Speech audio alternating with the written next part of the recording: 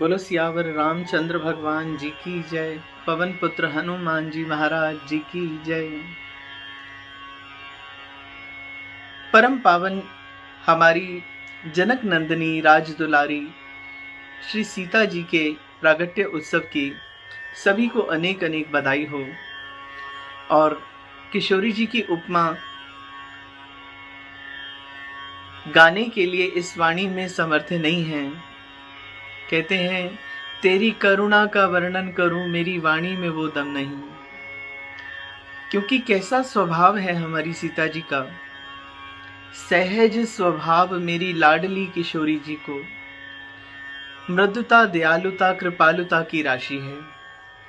बंधु जो बहुत मधुर हैं, कितनी मधुर हैं और कितनी दयालु हैं और कितनी कृपालु हैं कि हम जैसे पतितों को श्री राम जी के निकट केवल पहुंचाती ही नहीं है, हम जैसे मूर्खों को, मैं तो कहूँ कि नालायकों को श्री सीता जी रघुवीर जी के चरणों में डाल देती हैं और हमें सहज ही उनकी प्राप्ति होती है। भूमि से जन्म लेने से श्री सीता जी का नाम भूमि जा पड़ा। जनक पुत्री होने के कारण जनक नंदिनी भी कहा जाता है और हमारे राम जी को वरने के कारण इन्हें सिया वल्लभ भी कहा जाता है।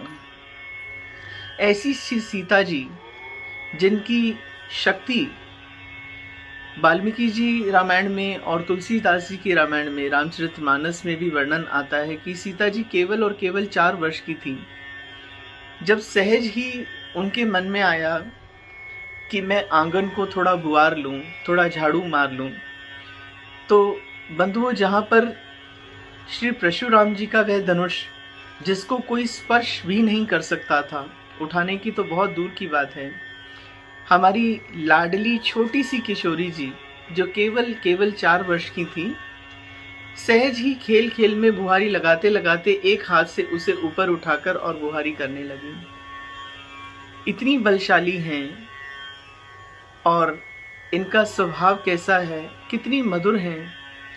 जब इनका विवाह हुआ, जब यह हमारे रघुवीर जी के साथ ब्याही गई हैं, तो कहते हैं जिस वक्त ये अयोध्या जी में आई हैं श्री सीता जी, तो उस वक्त सारी अवध, यहाँ तक कि ब्रह्मा जी, शिव जी, सनकादिक ऋषि, नारद जी और अन्य अन्य देवता, इंद्र, सभी के सभी अवध में आए और जब शोभा देख रहे हैं श्री सीता जी की, तो आज उनके मुखार बिंद को देखकर सभी लज्जाए रहे हैं कि इतनी सुकोमल, इतनी सुंदरी। आज माता कौशल्या उनकी भलैया ले रही हैं।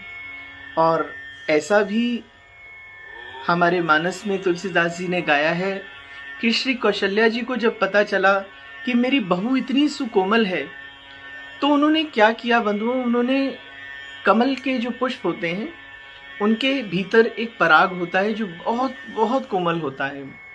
तो उन्होंने कहा कि मेरी लाडली बहू इतनी कोमल है, तो मैं नहीं चाहती कि उसको हमारा जो महल के फर्श हैं वो भी कभी चुभे।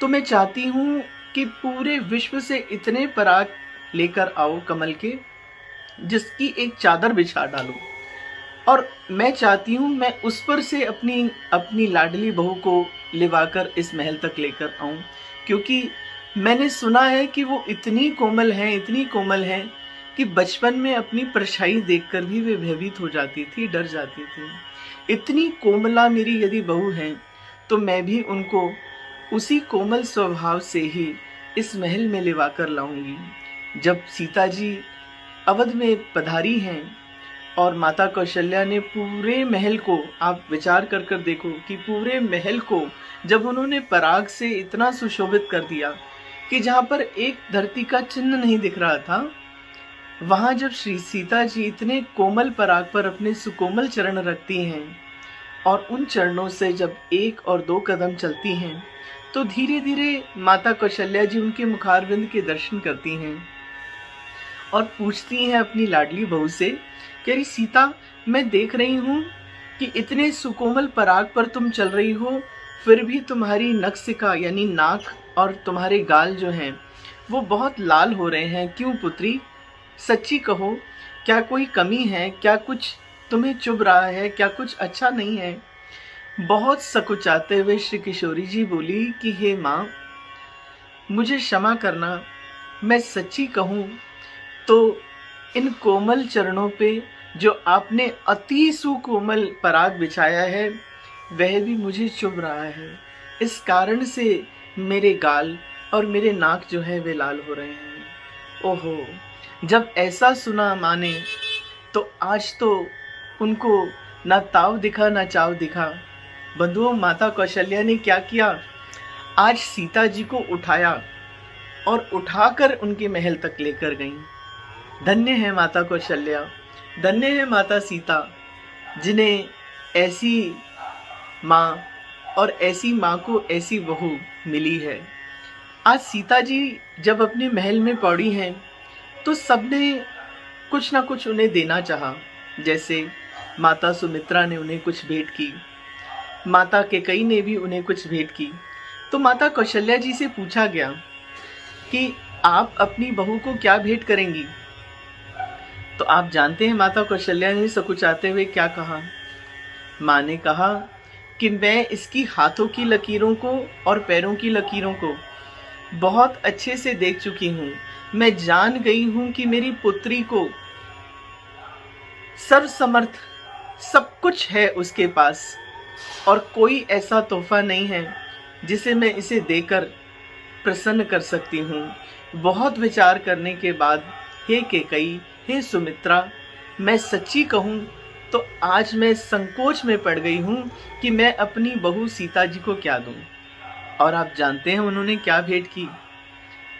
बहुत लजाते हुए, सकुचाते हुए माता कौशल्या ने कहा कि हे पुत्री, मैंने हर प्रकार से विचार कर देख लिया है।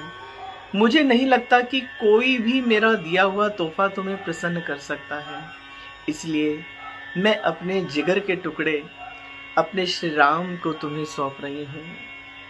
आहा, जब ऐसा माता कैकेयी और सुमित्रा जी ने सुना तो वो भी बलियाई लेने लगी कि कहने लगी, वाह दीदी, आपने तो अपने जिगर का टुकड़ा श्री राम जी सीता जी को प्रदान कर दिया है।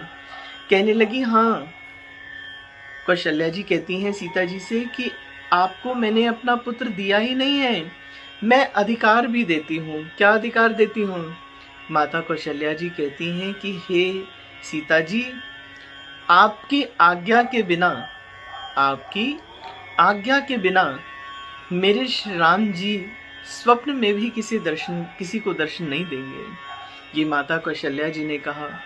तो आप बताइए बंधुओं कि जिनकी कृपा के बिना हमें राम जी स्वप्न में भी दर्शन नहीं देंगे, तो क्या हमारी लाडली किशोरी जी को हम जैसे पतित प्यारे लगेंगे?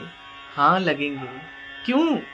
क्योंकि फिर से वही बात, सहज स्वभाव मेरी लाडली किशोरी जी को मृदुता, कृपालुता, दयालुता की राशि है। बहुत सहज हैं, बहुत कुछ करने में नहीं मानती हैं, बहुत कुछ प्राप्ति में भी नहीं मानती हैं। जब भी ये मांगती हैं तो केवल और केवल जीव का समर्पण चाहती हैं। जैसे एक माँ, आप विचार करो, वे क्या चाहेगी? वे चाहेगी कि मेरा पुत्र सबको प्यार करे, सबका हो, पर जब कभी उससे यह पूछा जाए कि तू किसका है, तो उसके मुख से निकलना चाहिए, मैं तो अपनी माँ का हूँ। इसलिए हमें भी गर्व से कहना चाहिए कि हम तो अपनी सीता रानी जी के हैं, हम तो श्री राधा रानी के हैं, हम तो किशोरी जी के हैं, हम तो उनके बालक हैं। बस ऐसी भावना लेते हुए श्री किशोरी जी के चरणों में हम सब नमन करें और बार बार उन्हें बधाई दें और उनसे यही विनती करें कि हे माँ, हमारे अपराधों की तरफ ना ध्यान देकर आप सहज अपना स्वभाव जो है मृदुता, कृपालुता, दयालुता वाला रखिए और हम जीवों पर दया कर हमें इस माया से बचाते हुए श्री रघुवीर जी के चरणों में सदा सदा के लिए अपनी भक्ति प्रदान करें। बम बम शिवराम, श्री हरि हरि।